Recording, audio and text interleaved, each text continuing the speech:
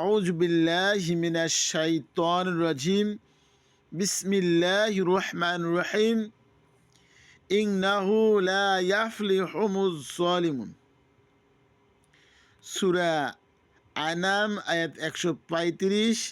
আল্লাহ বলছে, জালিমরা কখনো সফলতা লাভ করতে পারবে না, কখনো পারে নাই, ভবিষ্যতেও পারবে না।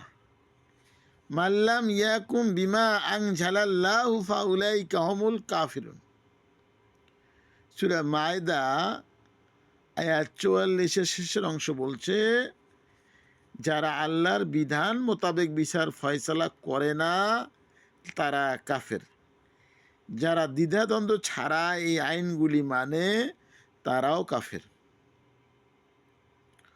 ওহু আলা কুল্লি শাইইন কাদির, সমস্ত ক্ষমতার মালিক।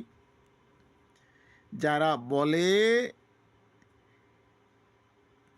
সমস্ত ক্ষমতার উৎস অথবা মালিক জনগণ, তারা কাফের।